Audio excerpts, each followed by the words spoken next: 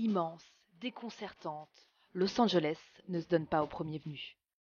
Il y a bien quelques repères, mais pas de centre-ville, pas de quartier historique.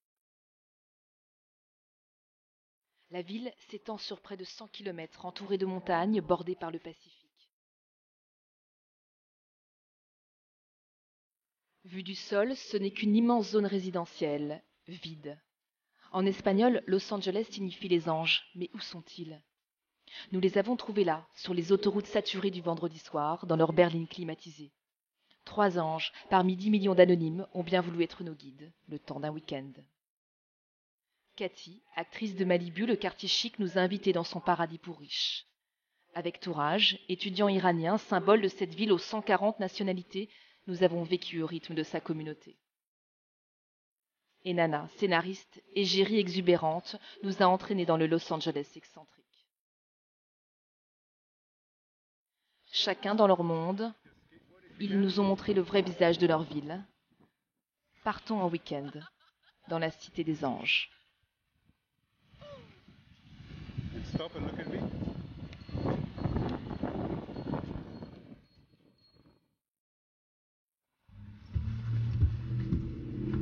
Nana est arrivée du Ghana à l'âge de 14 ans.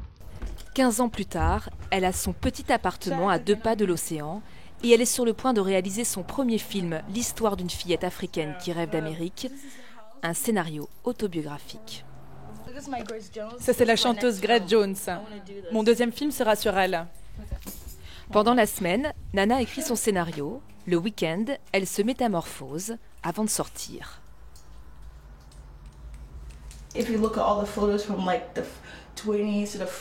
vous regardez des images des années 20 jusqu'au début des années glamour en 1940, vous verrez que les femmes noires se lissent les cheveux avec des produits chimiques. Moi, en tant que femme d'origine africaine aux États-Unis, je veux assumer mon identité, montrer fièrement qui je suis, une femme noire.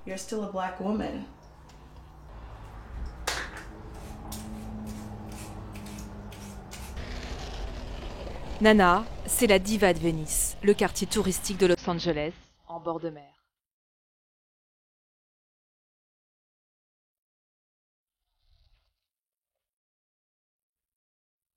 Le week-end, le spectacle y est permanent. Les habitants de la ville viennent se montrer, sans se soucier des regards, ils se lâchent face au Pacifique.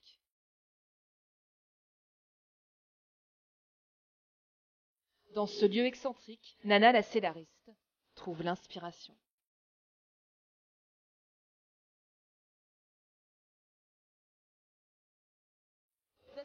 J'adore cet endroit. La mer, le sable, le ciel.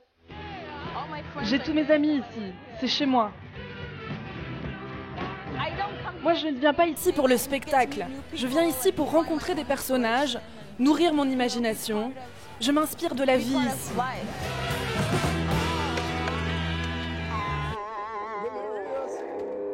Venice Beach, c'est le Hollywood des anonymes. Ils viennent se faire remarquer ou simplement gagner leur vie, en cultivant parfois l'art de l'absurde.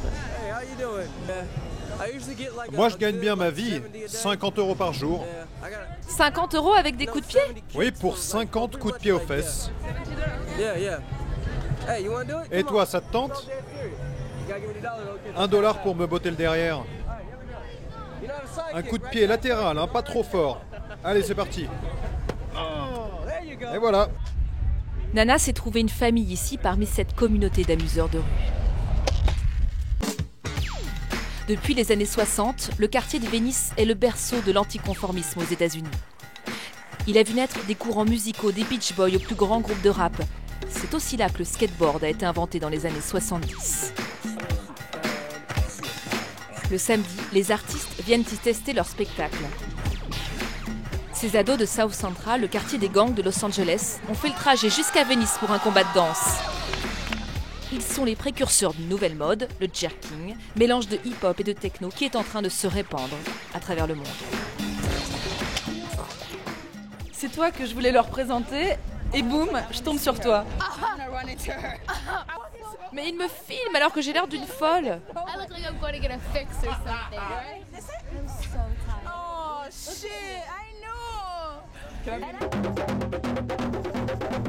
Aujourd'hui, Nana a réalisé son rêve. Elle fait du cinéma, mais elle revient chaque week-end auprès de ceux qui l'ont accueillie, quand elle n'avait rien.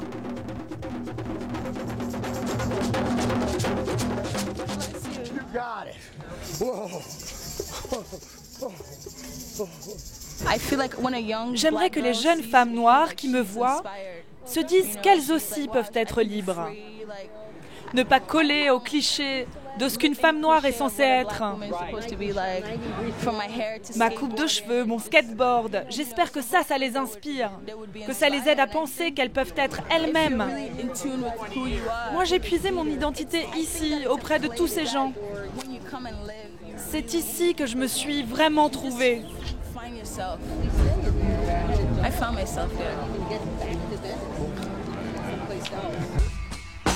Dans cette ville immense, tout est histoire de communauté, sociale, ethnique, culturelle. Se regrouper avec ses semblables est une question de survie. Première porte d'entrée des États-Unis, c'est une ville d'immigration. Les hispaniques représentent la moitié de la population à eux seuls.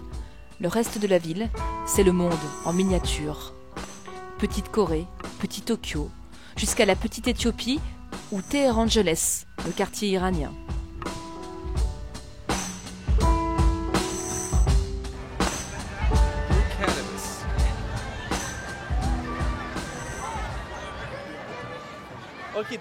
C'est pourtant bien ici qu'on avait rendez-vous, non?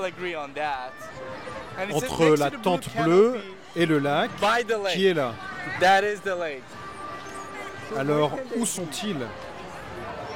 Ce samedi après-midi, Touraj, étudiant originaire de Téhéran, est perdu au milieu d'un pique-nique géant. 20 000 Iraniens rassemblés dans un parc pour fêter le Nouvel An perse. Bon, vous êtes où, les gars? C'est une fête traditionnelle. Chacun vient avec ses amis et avec les membres de sa famille. C'est dur de rester avec ses copains parce qu'ils doivent toujours s'échapper pour passer un peu de temps avec leurs parents. Oui, plein. Mais je vais faire de mon mieux pour les retrouver. Le pique-nique et le barbecue font partie des occupations préférées des habitants de Los Angeles ce week-end. Aujourd'hui, ils sont le prétexte pour une impressionnante démonstration communautaire. Eh, salut mec! À Los Angeles, les jeunes Iraniens ont une réputation de gentils flambeurs. Ils ont adopté tous les codes vestimentaires locaux, le côté frime de la ville. Et rappelle-moi ton nom, toi? Les filles ont beaucoup de pouvoir au sein de notre communauté. En Iran, on ne pourrait pas être ensemble comme ça, filles et garçons. Oui, ce serait chacun de son côté. Les flics seraient là à surveiller que je ne suis pas avec une fille. C'est interdit quand on n'est pas marié. On ne pourrait pas être les uns avec les autres.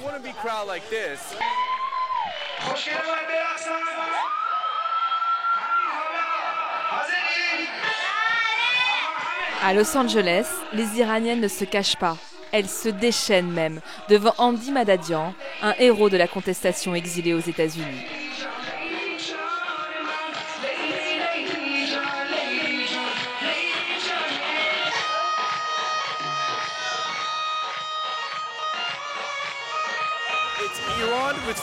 Ici, c'est l'Iran avec la liberté. C'est l'Iran que nous voulons et pour lequel tous les Iraniens se battent en ce moment. À l'intérieur et à l'extérieur du pays, dans le monde entier. 1 million d'Iraniens vivent à Los Angeles, c'est la plus importante communauté perse en exil. Les premiers sont arrivés après la chute du Shah en 1979 et cela ne s'est jamais arrêté. Demain, une autre communauté de Los Angeles fera la fête dans ce parc. Les acteurs changent, mais le décor reste le même. Los Angeles, terre d'exil.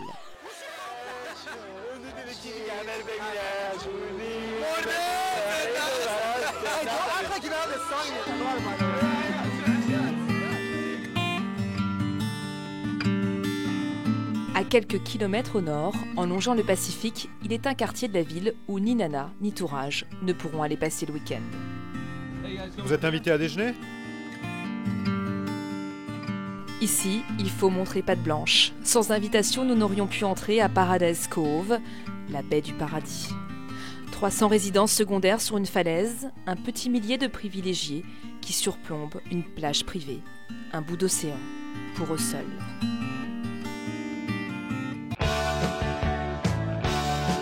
Cathy, 38 ans, ancienne actrice, s'y amuse beaucoup. Elle n'a pas d'enfant, un caniche qui ne la quitte jamais. Son mari travaille à 500 km de Los Angeles. Elle passe ses week-ends ici depuis 8 ans.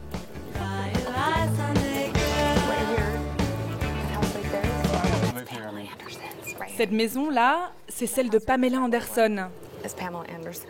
La maison blanche, là, c'est la sienne. Je le dis pas trop fort parce qu'elle est terrorisée à l'idée que quelqu'un débarque chez elle. Acteurs, producteurs, les riches et célèbres ont jeté leur dévolu sur ce quartier de Mobile Home. Ici, ils ont l'impression de renouer avec l'esprit bohème et hippie des années 70, même si leur petite cabane coûte au moins 2 millions d'euros. Je qualifierais cet endroit de détendu, amusant et chaleureux aussi. Oh mon Dieu, mais vous êtes entassés à combien sur cette voiture de golf?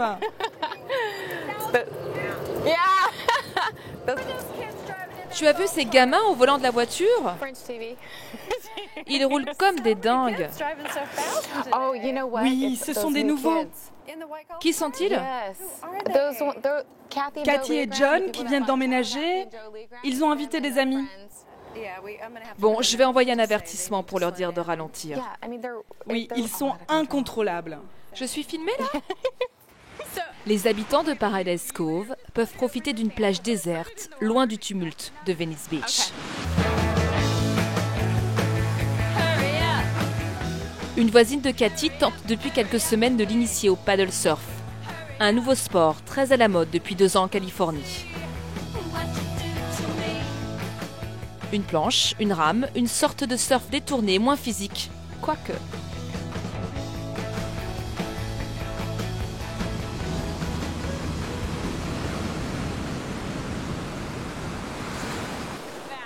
Ah, c'était vraiment instable. J'ai failli me noyer. Ah mon Dieu. Et en plus, on a des requins ici, des grands blancs. Juste au large de cette côte, ils sont là. Elle ne veut pas le reconnaître, mais ils sont bien là. Oui, ils sont là, mais il suffit de ne pas y penser. Ils ne sont pas là pour nous faire mal, c'est juste leur territoire. Rapide retour à la maison, en voiture de golf toujours. Dans 2 heures, Cathy est invitée chez des voisins. Un dîner entre amis, comme tous les samedis à Paradise Cove.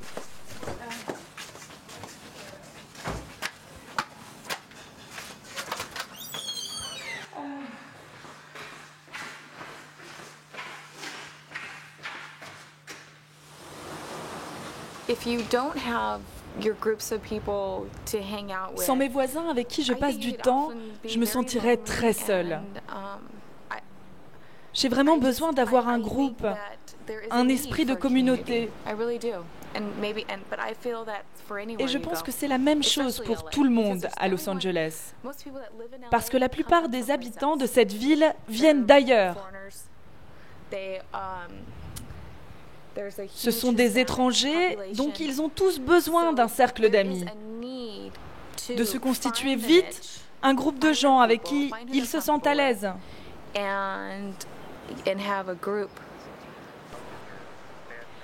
Les communautés se trouvent parfois là où on ne les attend pas. Derrière la plage de Paradise Cove fermée au public, des dizaines de surfeurs attendent le meilleur moment pour s'élancer sur une des plus belles vagues au monde, celle de Malibu. Là aussi, nous avons vu que tout était histoire de groupe. Les surfeurs noirs se retrouvent ici 1 fois par mois pour prendre les vagues ensemble. Il y a 50 ans, au temps de la ségrégation, les habitants noirs de Los Angeles n'étaient autorisés que sur une seule plage à 20 km de là. Aujourd'hui, ils sont encore peu nombreux, mais tiennent à se faire voir. On a formé un groupe de personnes qui veulent sortir de leur carcan. Comment ça? Eh bien, tous les clichés sur le surfeur, qui doit forcément être un mec, blond, aux yeux bleus, le surfeur type, quoi. Il faut casser tous ces stéréotypes. Casser les stéréotypes ou les absorber. Il est un cliché que toutes les communautés de Los Angeles partagent, c'est celui du culte du corps. Et le week-end, c'est le moment idéal pour l'observer.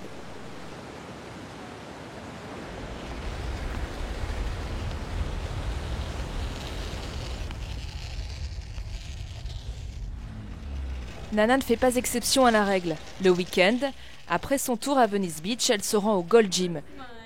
Salut, tu vas bien? Un endroit surnommé ici la Mecque du fitness. 12 000 abonnés, la salle est ouverte de 4 h du matin à minuit. Comment ça va, Nana?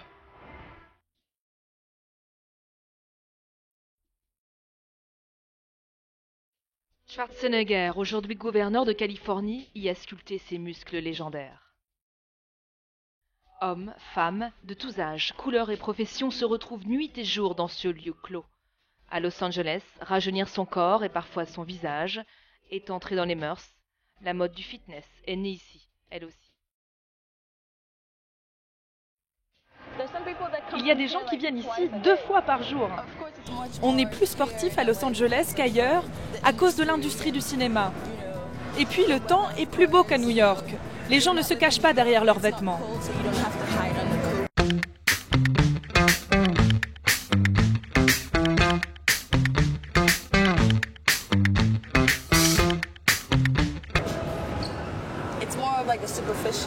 C'est superficiel. C'est un cliché, mais cela repose sur l'histoire de Los Angeles et du cinéma. Les gens ont toujours eu le culte de leur image ici. Dans les professions artistiques de Los Angeles, c'est très simple. Ce qui compte, c'est la première impression que vous faites.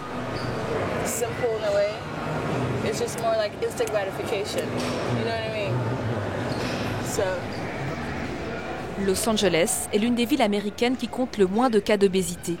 Il faut rester dans la course à la gloire, ne pas ternir le rêve. Et même entretenir le rêve.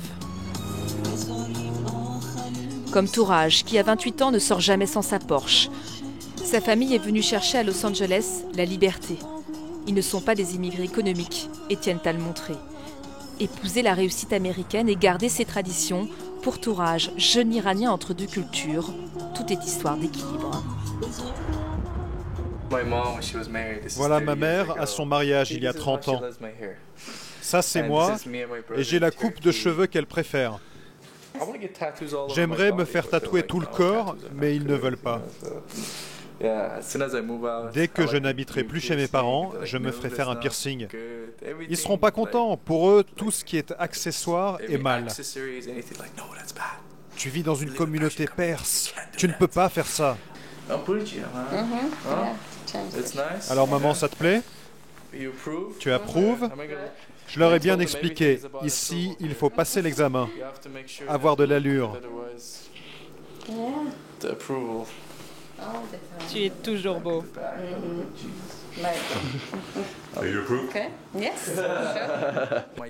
Mon père avait une vie très confortable en Iran. Il avait plusieurs usines.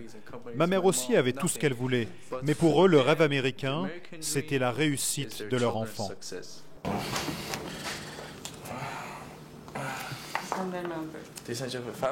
Chaque samedi, en fin d'après-midi, il se fait coiffer par sa mère. Entre eux, ils parlent persan.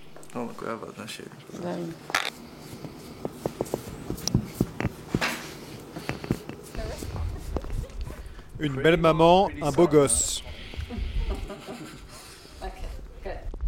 19h à Paradise Cove, Cathy est en retard à son cocktail. On aurait dû prendre une voiture de golf. Celui qui nous reçoit habite juste derrière cette maison.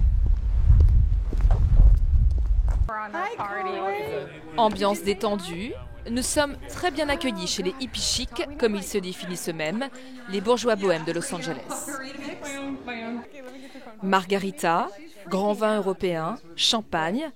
pour accueillir de nouveaux résidents. Là où vous habitiez avant, est-ce que vous aviez un groupe aussi soudé que le nôtre? Oui, mais la différence, c'est qu'ici, on habite tellement proches les uns des autres que sans faire d'efforts, on rencontre les voisins tous les jours. Oui, parfois c'est électrique avec les voisins. Mon voisin Paul, c'est un ancien détective. Je le connais depuis une semaine ou deux. Et il rentre en peignoir dans ma maison sans frapper, il s'assoit et il allume sa pipe.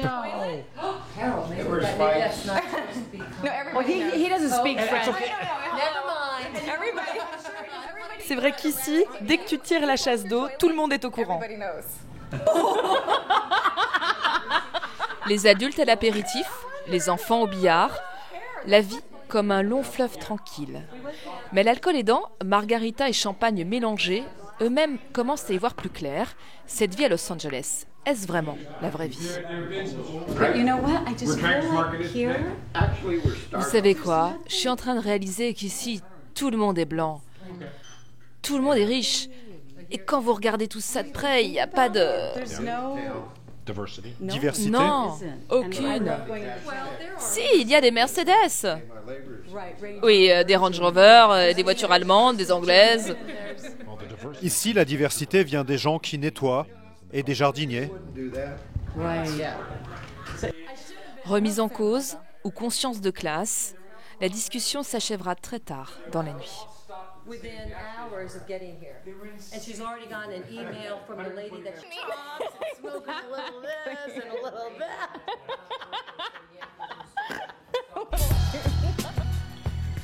À Los Angeles, le week-end, rien n'est donné à l'étranger de passage. Les avenues sont toujours aussi désertes. Ce samedi soir, Nana travaillera toute la nuit sur son scénario dans son appartement. Tourage, lui, fêtera son anniversaire dans une boîte de nuit, entre Iraniens. Nuit solitaire ou fête entre amis, chacun se replie dans son cocon.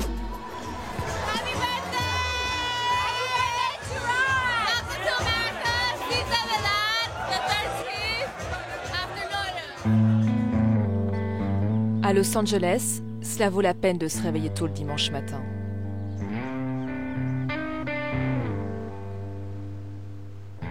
Quand les vagues embrumées se donnent aux premiers surfeurs. Quand les joggeurs longent la mer et traversent la ville encore endormie. À cette heure-là, elle se montre sous un autre visage, plus âpre, plus vrai peut-être. Venice, la flamboyante, appartient alors à ceux qui n'ont rien. Los Angeles est la ville américaine qui concentre le plus grand nombre de SDF. Et la crise a jeté dans la rue des milliers de sans-abri supplémentaires. À l'aube, ils se dissipent dans l'immensité de la ville. Ils deviennent des ombres accrochées à leurs chariots et se fondent dans le décor. À Los Angeles, le dimanche matin, c'est l'heure des fantômes. Les soldats morts au combat sont de ceux-là. Il reste des croix par ici. Vous pouvez les planter là-bas. Depuis 6 ans, des volontaires plantent des croix dans le sable à Santa Monica, sur une des plages les plus populaires de la ville. C'est leur façon de dénoncer les guerres d'Irak et d'Afghanistan.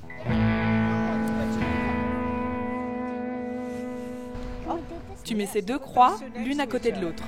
Vétérans du Vietnam, d'Irak ou pacifistes convaincus comme Erin, ils ont imaginé ce mémorial d'un jour. Ce sont les noms des soldats américains qui ont été tués à la guerre. C'est pour cela que nous mettons ces croix, chacune pour un de ces soldats. Des hommes et des femmes, et tu vois, sur ce panneau, ce sont des femmes soldats uniquement.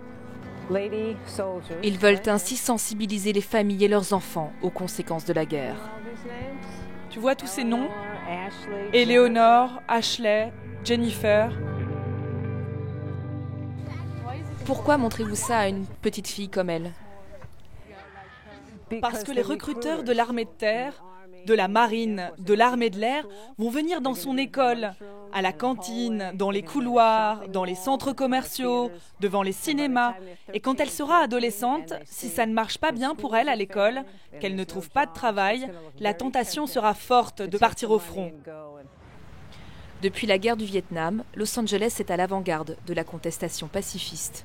En quelques heures, la plage se transforme en une tribune citoyenne, sous les yeux des promeneurs qui, le dimanche, viennent par centaines s'amuser sur le ponton de Santa Monica, un parc d'attractions sur la mer. Tourage aime revenir avec ses amis à cet endroit. C'est là qu'il a découvert la ville, quand il y est arrivé avec ses parents. Du haut de la grande roue. Il était enfant, émerveillé. Aujourd'hui, il l'est toujours, même si la réalité a rattrapé le conte de fées.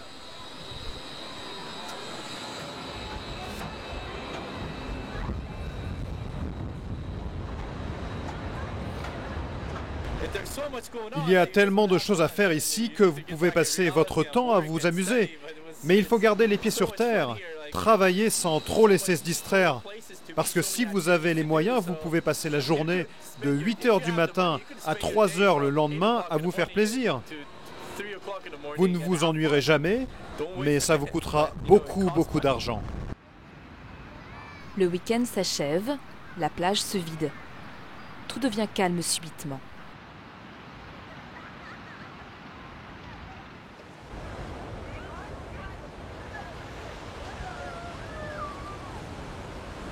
Mais un peu plus loin, une joyeuse cacophonie attire notre attention.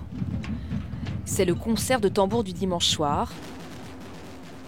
Une fois par semaine, des dizaines de percussions résonnent sur la plage de Santa Monica.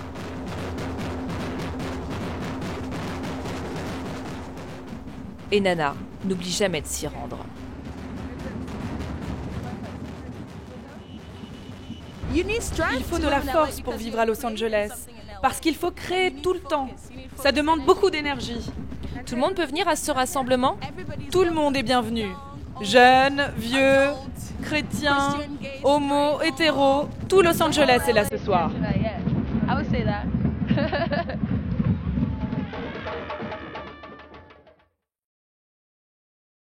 Il est là, le dernier acte de rébellion des Angelinos. Danser, boire, fumer sur la plage, alors que d'ordinaire, tout y est interdit, même d'y jouer au ballon. Une fois par semaine, pourtant, la ville tolère ce rassemblement exutoire, surveillé de près. Là, tout le monde se mélange dans une sorte de transe qui ne s'arrêtera qu'avec la nuit.